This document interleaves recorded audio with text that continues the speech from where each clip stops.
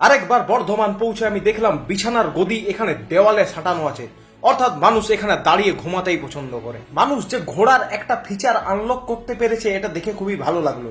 বর্ধমানের মানুষজন খুবই দয়ালু, পথ চলতি যে কোনো মানুষের জন্য বসার ব্যবস্থা করা রয়েছে এখানে। হানি সিং রিটার্ন আসার পর রপ্তার এখন তার র‍্যাপ গান বাজনা ছেড়ে দিয়ে বর্ধমানে সেলসম্যানের কাজ নিয়েছে।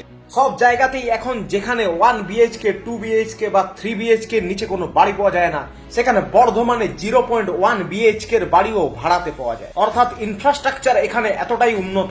এছাড়াও চওড়া রাস্তা, সাইডে এরকম সুন্দর সুন্দর ক্যানেল ও এরকম ক্যানেল পারাপার হওয়ার জন্য সুন্দর ব্রিজ এবং ক্যানেলের চারপাশে গাছপালার সম্ভার। বর্ধমান যে ভবিষ্যতের গ্রিনফিল্ড স্মার্ট সিটি সেটা বলে দিতে হয় না। আমাদের গ্রামে গঞ্জে শীতকালে আনন্দ মেলা বসলেও এখানে গ্রীষ্মকালেই মেলা চলছে, কিন্তু কোথাও চড়ক দেখতে না পেয়ে আমার মনটা ভারী হয়ে গেল।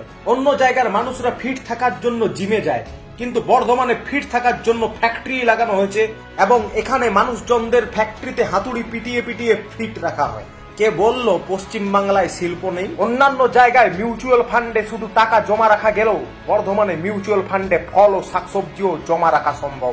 কেউ ফান্ডে এক সময় পটল জমা রেখে গেছিল, আজ সেগুলো গন্ধরাজ লেবুর রূপ ধারণ করেছে। আমি এর আগে হুইল চেয়ার দেখেছিলাম, কিন্তু হুইল বেড এই প্রথমবার দেখতে পেলাম। এখানে চিকেন ও মাটন বিরিয়ানির সাথে ফুল দেওয়া হচ্ছিল, কিন্তু কি ফুল দেওয়া হচ্ছে সেটি জানতে চাওয়ায় দোকানদার আমাকে বলল আরেকবার এরকম প্রশ্ন করলে আমাকে চোখে সরষে ফুল দেখতে হবে। সেখান থেকে বেরিয়ে আমি একটি শপিং মল পৌঁছাই, যেখানে ভেতরে ষাঁড় ঢুকে যাওয়ার কারণে বাইরে একটি সতর্ক বার্তা জারি করা হয়, ইন অক্স অর্থাৎ ভেতরে ষাঁড়। মশার হাত থেকে বাঁচতে স্থানীয় যুবকরা মশারি টাঙ্গিয়ে এখানে মাঠে খেলাধুলা করছিল। পরিবার ও পরিস্থিতির কথা ভেবে কিছু কিছু সিঙ্গারকে এখানে সেলাই মেশিন চালিয়ে নিজের জীবন ধারণ করতে হচ্ছিল। একটি খাঁচার দোকানে গিয়ে দোকানদারকে আমি জিজ্ঞেস করি খাঁচার ভিতর অচিন পাখি কেমনে আসে যায়।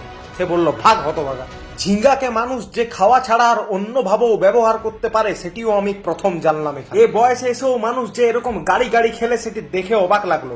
তাকে জিজ্ঞেস করায় সে বলল দিল তো বাচ্চা হেজি। এখনকার ফিটনেসের যুগে বাজারও এম সাইজের হয়ে গেছে, শুধু আমার সাইজেই ডবল এক্সেল থেকে আর কমছে না। যে যে মানুষজন লটারি জিততে পারেননি তাদের বদদুয়া লেগেছিল লটারির কাউন্টারের উপরে।